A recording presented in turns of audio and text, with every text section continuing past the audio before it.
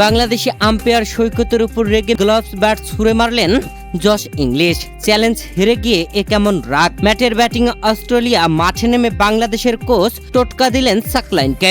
প্রিয় দর্শক, বাংলাদেশ ও অস্ট্রেলিয়ার মধ্যকার দ্বিতীয় টি-20 ম্যাচে আজ মাঠে নেমে টসে জিতে আগে অস্ট্রেলিয়ার অধিনায়ক নেয় ব্যাটিং এর সিদ্ধান্ত।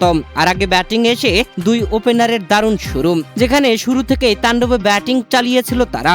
তবে দলীয় তৃতীয় ওভারে নাসুম আহমেদের করা চতুর্থ বলে এলবির ফাঁদে পড়েন জশ ইংলিশ, আর প্রথম আউট নিয়েই বিতর্ক।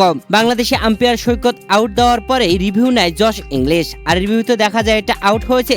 এরপরে মাঠ ছাড়তে বাধ্য হন চ্যালেঞ্জ নেওয়া জশ ইংলিশ, আর মাঠ থেকে বাইরে না যেতেই মাঠের সীমানার কাছে গিয়েই গ্লোভস ছুঁড়ে মারেন তিনি। ব্যাট ঘুমিয়ে ঘুমিয়ে রাগ দেখাচ্ছিলেন। প্রথম উইকেট নিয়ে উল্লাসে মাতে বাংলাদেশ।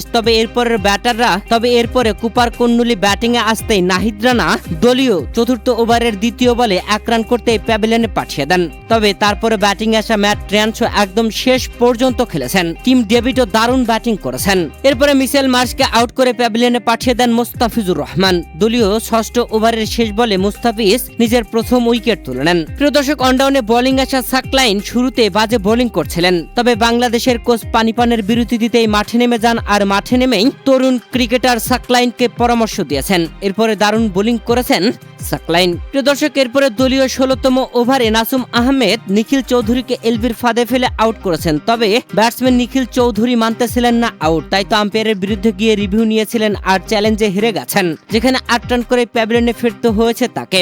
জোয়েল ডেভিস ও ম্যাট ট্রান্সো শেষ পর্যন্ত পুরো 20 ওভার খেলেছে। অস্ট্রেলিয়া 20 ওভার খেলে 5 উইকেট হারিয়ে 196 রান করেছে। বাংলাদেশকে টার্গেট দিয়েছে 197 রানের। এদিন বাংলাদেশের হয়ে বোলিংয়ে নাসুম আহমেদ নিয়েছেন 2টি উইকেট, আব্দুল গাফফার সাকলাইন নিয়েছেন 1টি, নাহিদ রানা নিয়েছেন 1টি, মুস্তাফিজুর রহমান নিয়েছেন 1টি। বোলিংয়ে সবচেয়ে কম রান খরচ করেছেন মুস্তাফিজুর রহমান।